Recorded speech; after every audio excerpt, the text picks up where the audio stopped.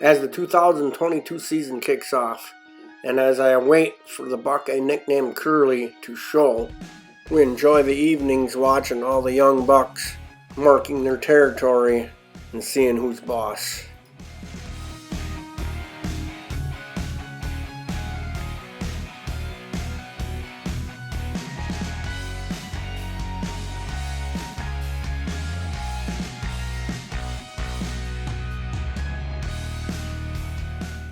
Finally, the buck I've been waiting for finally arrived. As the dry fall continued, we used water to our advantage. As we're sitting there watching this coyote, thinking he's going to ruin our night, I started squeaking at him, trying to get him to come our way. And about that time, we look over, and there he is, Curly, coming through the CRP. So at this point, the wind is not in our favor. His nose is in the air, checking his winds, as he creeps ever so slowly through that deep grass. And night is falling upon us. The pressure starts to build. The buck we're after just came out of the CRP, downwind of us. We have some nose jammer out, and that's the only reason why he hasn't just took off. But he's about 20 yards from coming to the edge, and then headed into this water hole. But he stopped. We know he's only like 60, 70 yards from us here. I have a feeling he's not going to come out until it's actually dark. Another 10 to 15 minutes has passed. I looked up, and there he was, standing on the edge of the field, headed to the water hole.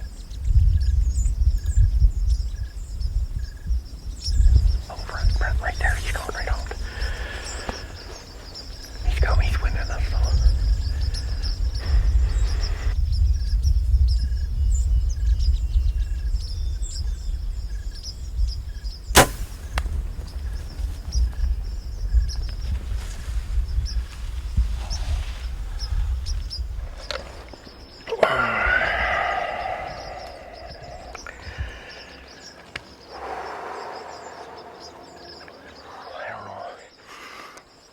He took out here. I mean, I hit him center mass where I should, but I hit pretty high.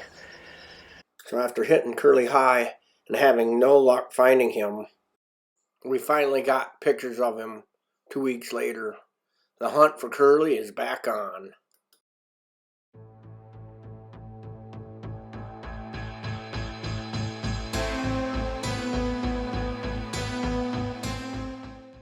So the pictures we were getting from Curly told us he was coming from a certain woods, so we thought we'd try a little ground hunting, see if we couldn't get him.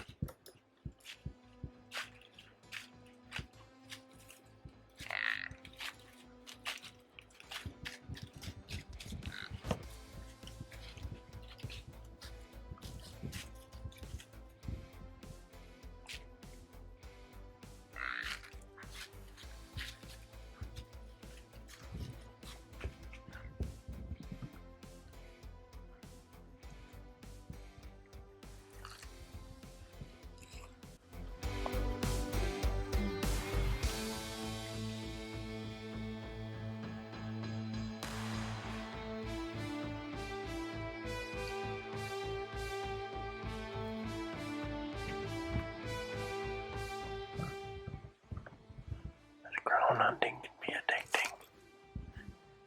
You had him at 10 yards. Trotting the whole way, so that's fun. Just need Curly to do that same thing. We're back at the water hole. We had a picture of Curly here at 9 o'clock yesterday, so we thought, let's crawl back in. He had been here about every 4 hours. We sat all day and never seen him. Now this morning he showed up on a food plot about 600 yards, headed to the south, so we thought we'd give this water hole another chance because it's so warm. So we're crossing our fingers that he comes during daylight one more time, so stay tuned. As we hear some commotion up in the brush, and we see this 8 pushing this 10 out of his area, the 10 heads straight for the water hole.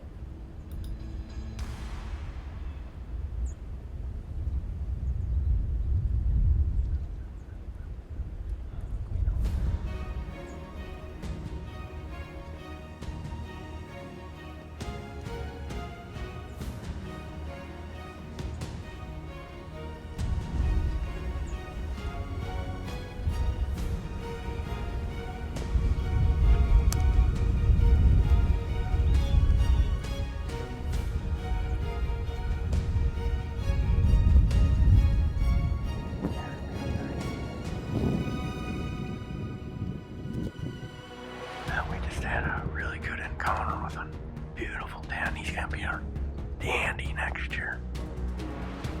And there was an 8 behind him that was frame-wise bigger.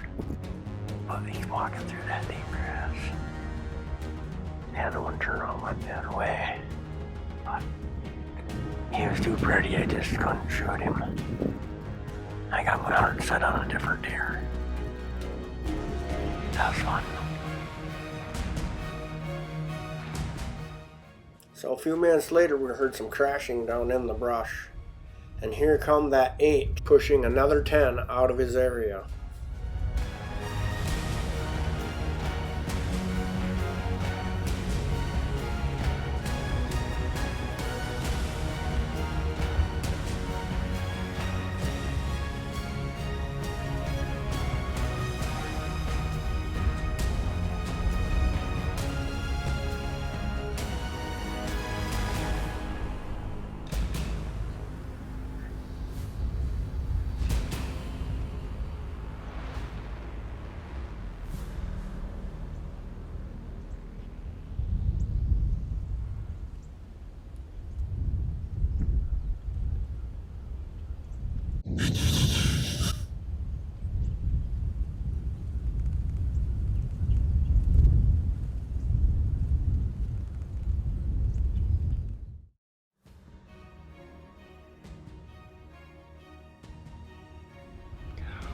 That one stung.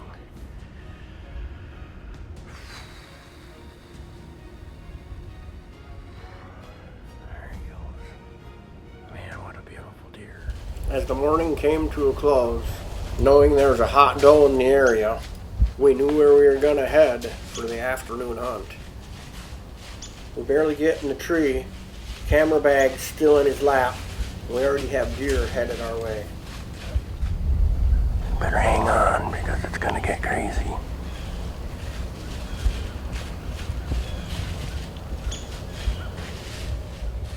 One buck moved on and another one came shortly behind him.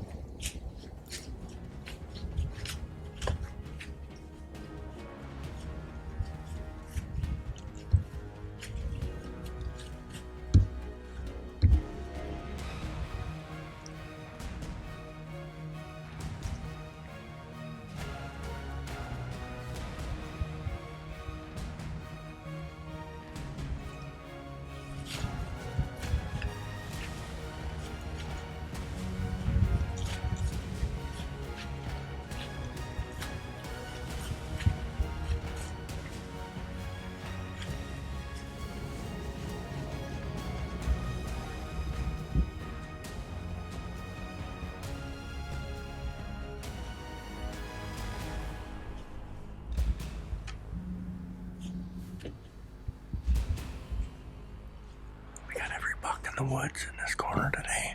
Just not the one we want. That buck there is gonna be a hammer next year. Can you hear that? I hear a deer coming from somewhere. Oh, I got Curly right here, right here. Serious? Right here.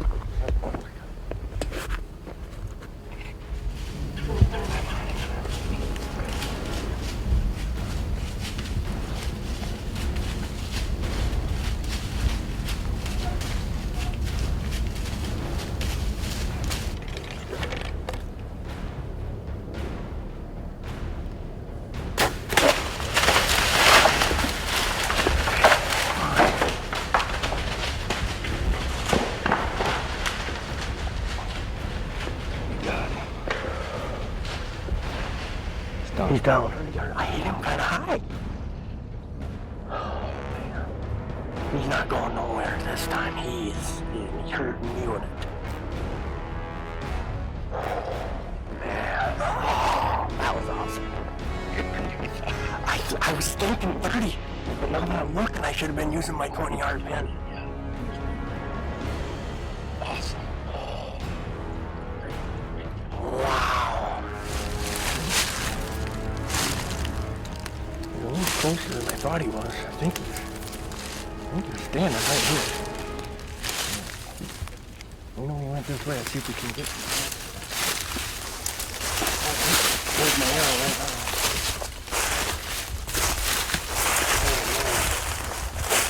No. think I got some good blood. Look at that blood there.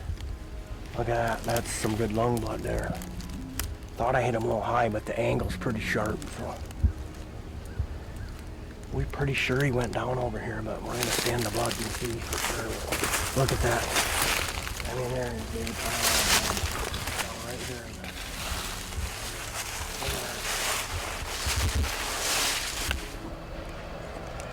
Look at that thing. We're still on some pretty good blood here. He can't be much farther. He's about got to be out of blood.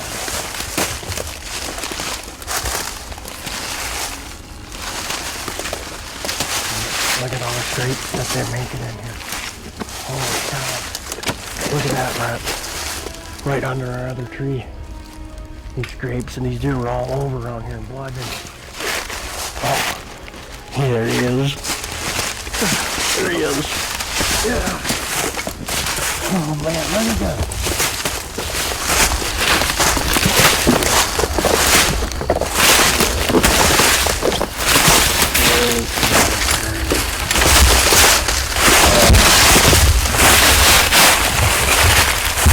Not very wide, but man, look at him.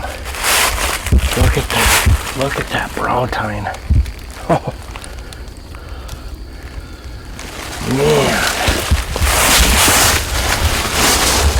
Look at that, folks. He's beautiful.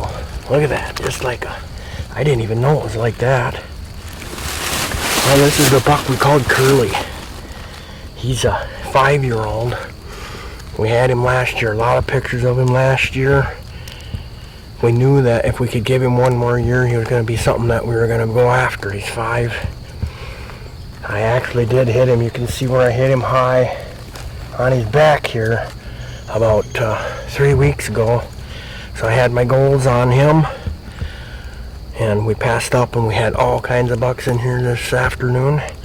And finally he come in 20 yards, and I let him have it. But I couldn't be happier, man. He is just, what a beautiful deer. What a beautiful deer. Oh, look at that, friend.